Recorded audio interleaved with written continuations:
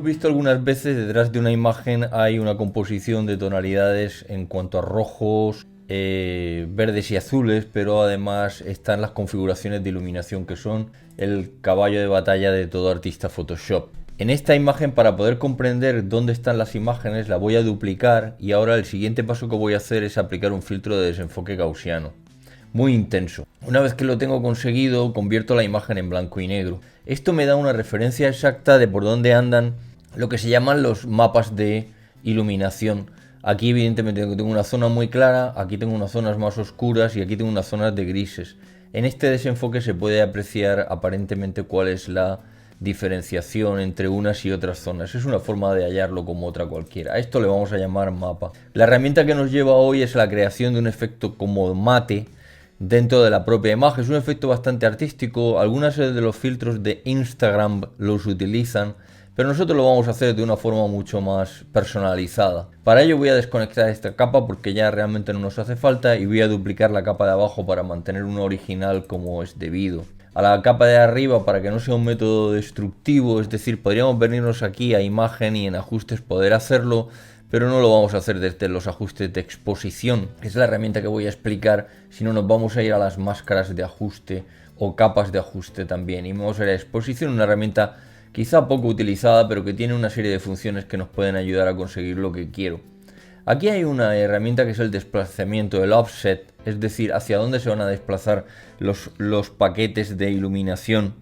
Incremento o aumento la cantidad de luz en la zona de sombras, volvemos otra vez atrás en estas zonas de sombra, pero además de eso voy a eliminar los detalles. Es decir, si por ejemplo aquí tengo una serie de detalles como son las hebras o los cabellos, lo que voy a hacer es, vamos a empezar a subirlo ligeramente para que veamos ese efecto, cómo se produce. Es un efecto creo que muy interesante y artísticamente nos puede ayudar.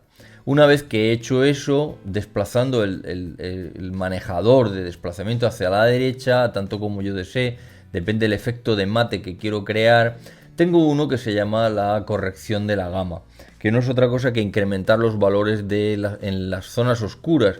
Como he desplazado y he perdido mucha intensidad o mucho detalle en las zonas de sombra, pues aquí ¿qué va a pasar? Que en el momento en que empiece a aumentarlo, pues esas zonas se me quedan como muy empastadas, pero creo un efecto sorprendente, un efecto artístico muy interesante. Voy a hacerlo así para que se vea y una vez que lo tengamos ya realizado hasta el valor que yo quiera, la exposición no la toco porque aunque el manejador es un manejador de exposición, realmente esto es una herramienta para poder aprender a hacer efectos o acabados en las fotografías de forma mucho más artística sin necesidad de recurrir a las máscaras de capa. Recordemos que yo puedo hacer doble clic aquí y puedo bajar las densidades, la cantidad de efecto que puede producir la capa, así como el desvanecimiento. No lo vamos a hacer porque lo que voy a hacer es elegirme un pincel normal y lo voy a elegir en negro. Por ejemplo, aquí esto lo voy a cambiar y lo voy a poner en negro. Una vez que lo tengo en negro, activo el tamaño del pincel, lo pongo sin dureza de ningún tipo para poder hacer un efecto muy interesante. Este es demasiado grande, lo dejo así, intermedio.